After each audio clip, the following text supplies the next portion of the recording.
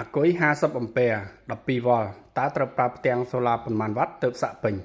បាទជំរាបសួរពុកម៉ែបងប្អូនបាទថ្ងៃនេះខ្ញុំរីករាយនឹងចែករំលែកជូនពុកម៉ែបងប្អូនអំពីរបៀបគិតងាយដើម្បី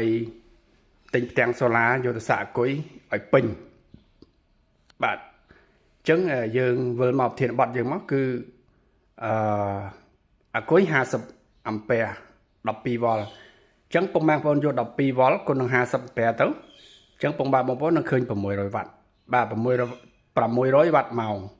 អញ្ចឹងយើងត្រូវគិតថាតើក្នុងមួយថ្ងៃយើងមានពលឺថ្ងៃប្រហែលម៉ោងអញ្ចឹងយើងគិតថាពលឺដែលមានគ្រប់គ្រាន់ខ្ទង់4ទៅ5ម៉ោងទេអញ្ចឹងតើ4ទៅ5ម៉ោងហ្នឹងយើងយកមកចែកមកតើប្រហែលវ៉ាត់បាន600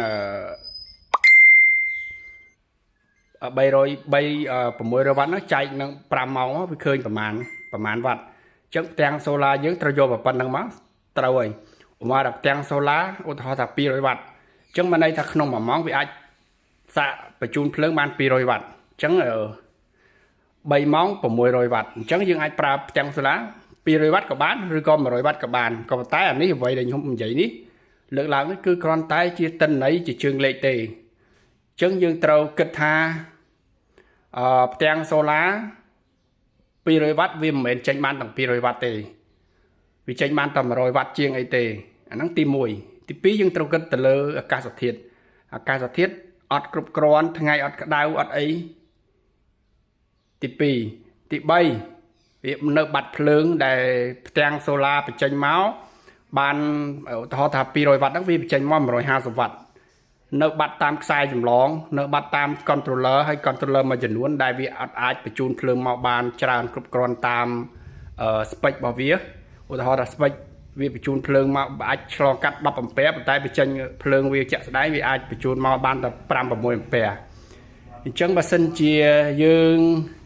គិតទៅថាឃើញថាផ្ទាំង100វ៉ាត់អាចសាក់ពេញក្នុងមួយថ្ងៃអញ្ចឹងយើងអាចប្រើផ្ទាំង200វ៉ាត់ទៅយើងគិតសាមញ្ញណាឲ្យវាខុស1គុណនឹង2ទៅដើម្បីយើងស្គាល់ភ្លើងពលឺថ្ងៃខ្សោយឬក៏ខ្សែឬក៏អីផ្សេងទៀតអញ្ចឹងអានេះអ្វីដែលខ្ញុំចែកម្លែកពុកម៉ែបងប្អូនគ្រាន់តែជាវិធីងាយទេសាមញ្ញទេដោយសារយើងអត់មានបានទៅកណនាកំហាត់អគ្គិសនីយើងអត់មានកណនាថាតើវាបាត់ពីផ្ទាំងសូឡាមកប្រមាណ controller បាត់ប្រមាណ